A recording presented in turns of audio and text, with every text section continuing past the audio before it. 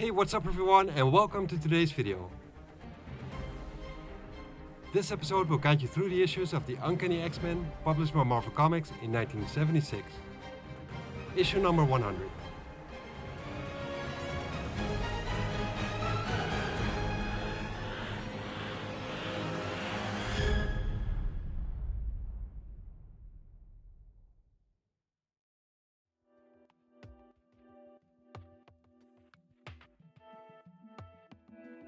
It's X-Men vs. X-Men, and the current X-Men team find themselves pitted against the original members.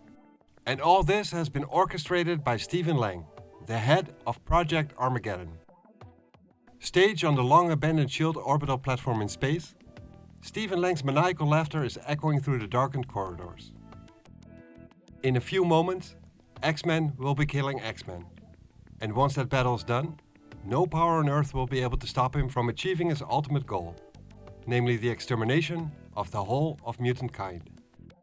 Stephen Lang has won.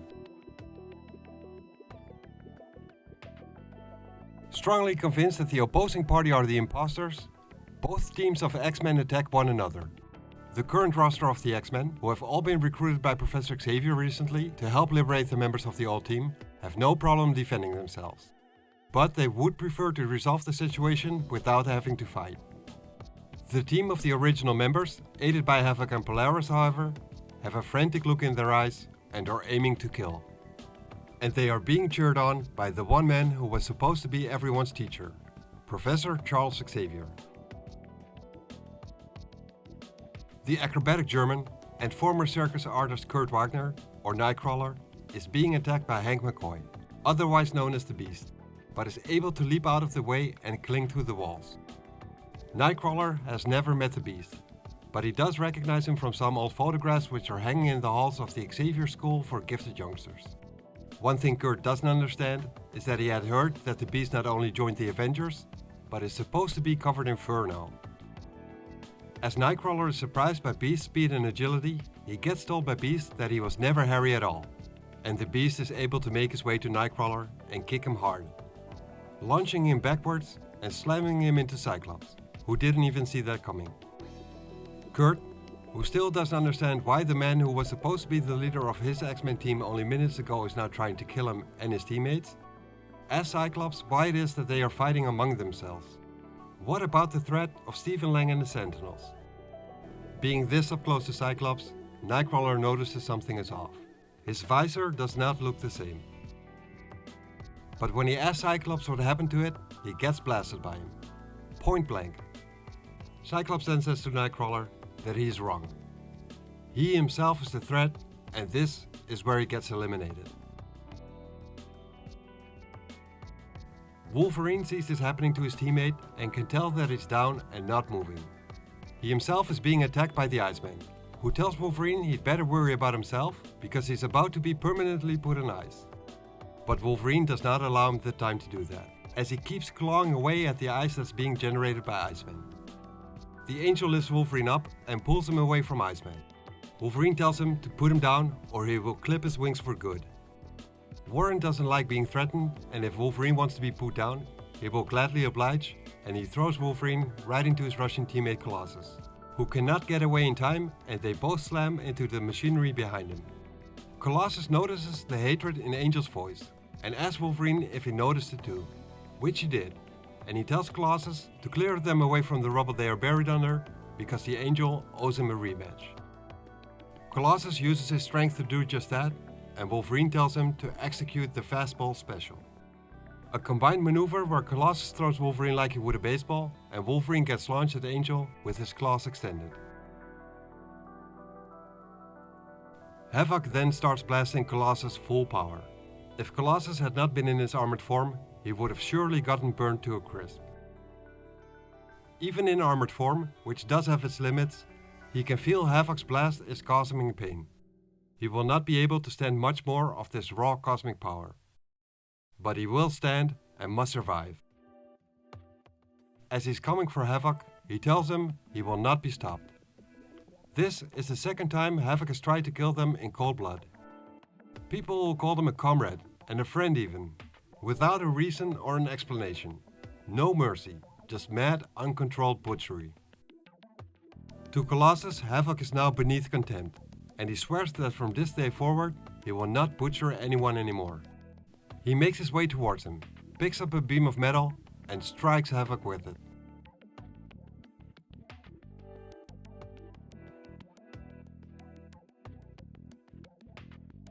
Storm is getting attacked by Marvel Girl, and she can tell that her power seems weaker than usual. She could deal with her easily, but she can't bring herself to harm her friend. She figures she'd better use reason instead. She asks Jean why she has turned against her friends, but Jean responds that they are not her friends and calls Storm a witch.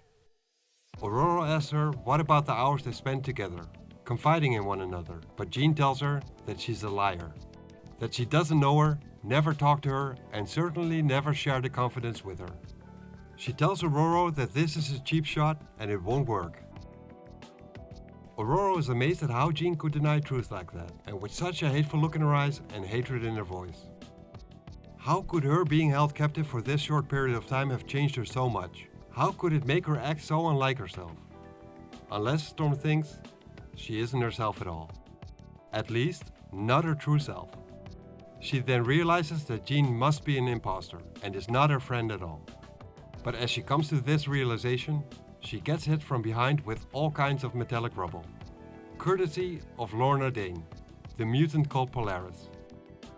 Jean tells her that was a beautiful move, and now that Storm is down and helpless, they should finish her off. And Storm thinks to herself that she has no chance of escape whatsoever, because she can't break free with her legs being pinned underneath the debris. With these two women now coming to kill her, she has no chance of escape at all. Luckily for Storm though, the two women then get attacked from behind themselves.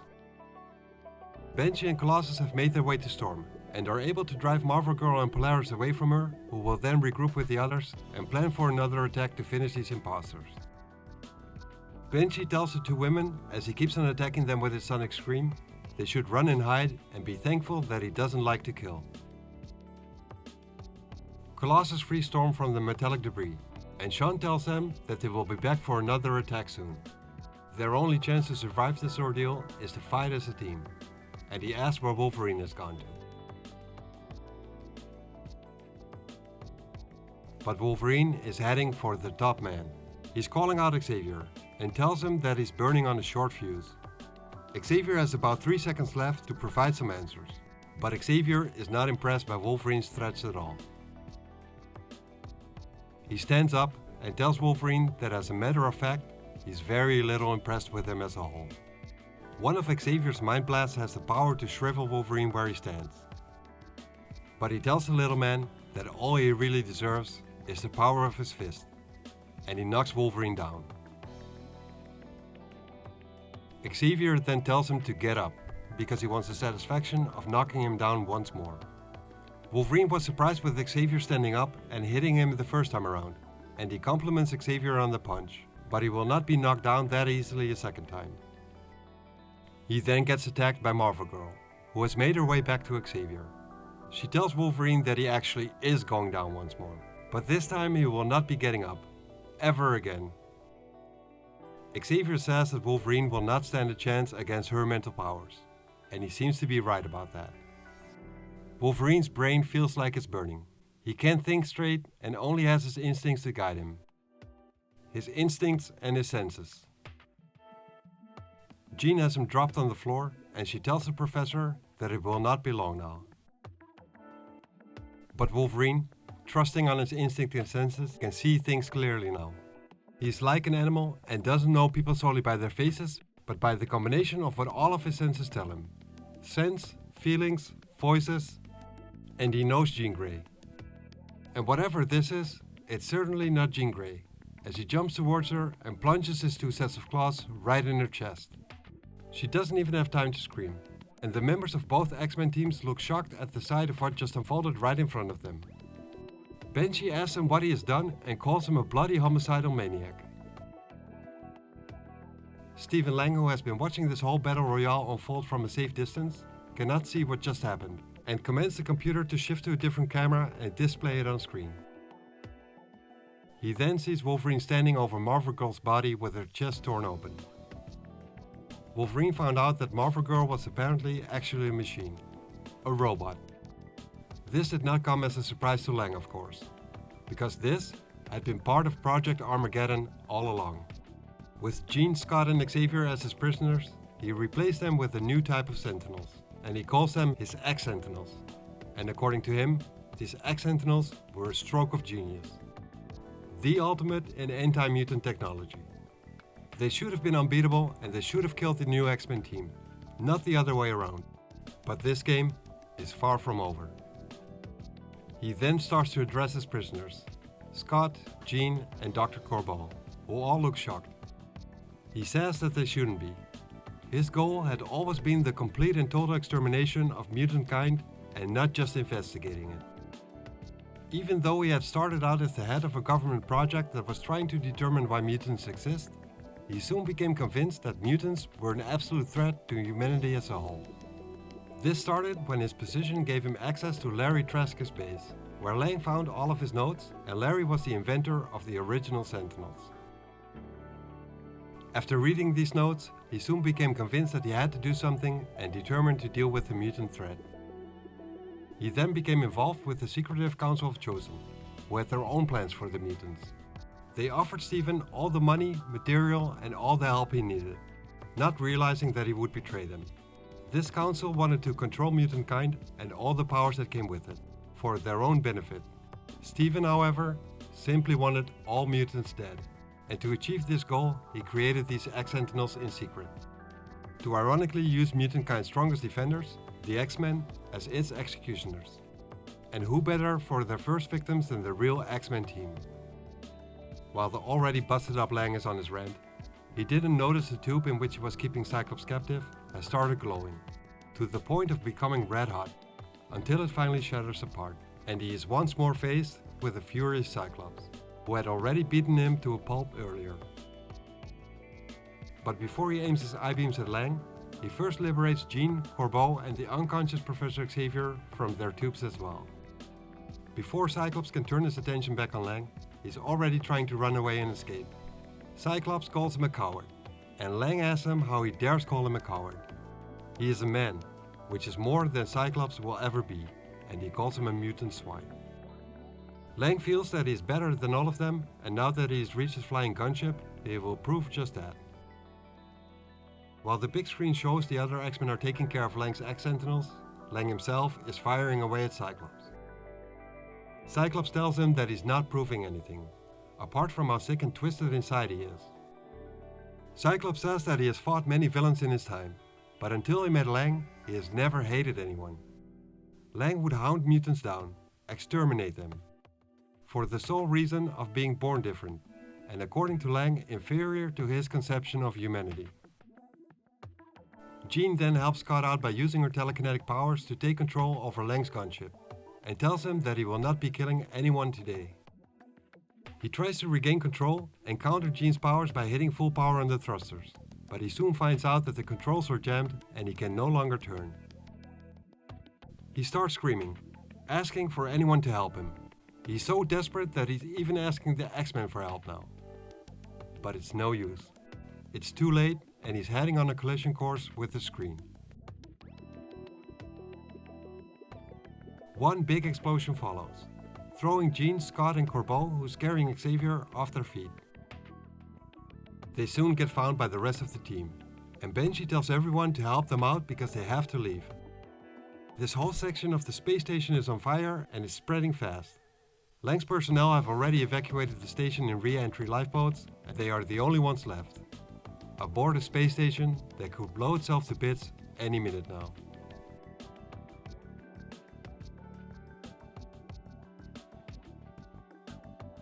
A few minutes later, they have made their way to the shuttle they came here on, and Cyclops tells Corbeau to hurry up because they do not have much time left. Corbeau tells him that they have all the time in the world, because this ship is not going to take them anywhere. The flight control computer must have gotten damaged during the Sentinel attack when they got here, and without it, they are as good as finished. Wolverine asks him what about manual re-entry into the Earth's atmosphere, but Corbeau tells him there's a huge hole in the shuttle's hull as well, and they have no functional pressure suits. Apart from that, there's also this little thing about the solar flares going on. and since they have no computer to fly them through it, they cannot sit safely in the shuttle's shielded life cell. Corbeau could perform the re-entry, but he would not last 30 seconds in the flare. And even if one of the X-Men might survive it, they don't even know how to fly the shuttle. Jean then tells him that he's wrong. She could actually pull both things off. Cyclops, shocked by Jean's suggestion, asks her if she's gone crazy. He asks her since when she became a qualified astronaut, and Jean tells him, since right now. She tells Corbeau to hold still, and this will only hurt a little, as she uses her telepathic powers to absorb all Peter Corbeau knows about flying the space shuttle instantly. With this info dump, she won't be the best pilot out there, but it will be good enough to get them back to Earth. Cyclops can tell how serious she is about this, and grabs her firmly by the shoulders and asks her how she will survive the solar flare. Jean tells him that shielding herself with the telekinetic powers will keep the harmful radiation out. It'll be alright. But for how long, Scott asks her. Her powers can't handle that much, and then he passes out cold. Jean telepathically turns his lights out, to stop any further unnecessary discussion about this, and she tells Banshee to take him to the life cell. Banshee can tell that she hit him hard, and she meant to do just that. By the time he wakes up, they will be committed to what Jean has planned.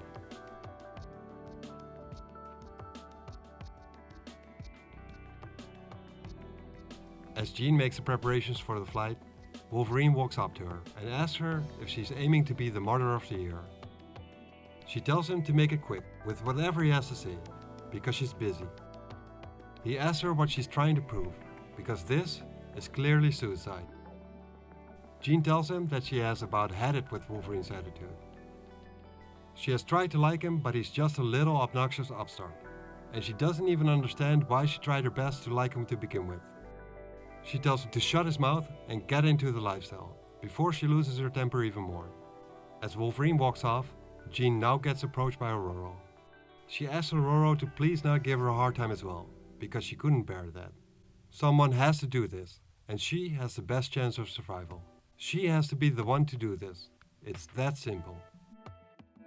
All Aurora does is give her a hug and ask for the gods to protect her. Jean thanks her for her support, and as they both start crying, she asks Aurora to do her one last favor, namely to tell Scott that she loved him. It is now time for Jean to prove her worth. First, she telekinetically seals the gaping hole in the hull with a piece of the wreckage. She then uses the knowledge of piloting the ship to break away from the space station. Luckily, they built the shuttle to be able to take a lot of punishment, because it doesn't even look scratched, regardless of the collision.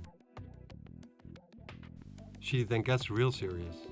According to Starcore, the flare is only a minute away, and it'll be at least half an hour before they're safe again. She is now getting scared, because she does not want to die. In the meantime, inside the life cell, Scott has regained consciousness and he wants to open the cell. Both Nightcrawler and Colossus are holding him back, because that would kill them all. They understand Scott's pain, but they can't let him go, no matter how hard he screams for it. He tells them that they have to let him go before it's too late, but Kurt tells him, while tears are running down his face, that it already is too late. Scott stops struggling as he keeps begging Kurt to let him go. 27 minutes left to go, and the shuttle's cockpit is lighting up from the energy of Jean using all her telekinetic mutant abilities to keep her safe from harm. 27 minutes is not that long. She keeps her telekinetic shield up and keeps on flying the shuttle through the flare. But Corbeau wasn't kidding. She can tell that even though the flare is only barely there, it's already pushing her powers to the limit. The only consolation Jean has is that she just knows that even Colossus would not have been able to withstand this much radiation. She tells herself to hold on for the love of everything she holds dear. She just has to hold on. 20 minutes to go now. Only 20 minutes more. But the strain is becoming harder to bear. She can hear the impact of the cosmic radiation as her shield is starting to give way. The flare and the radiation are starting to get through, and she hopelessly yells out for Scott.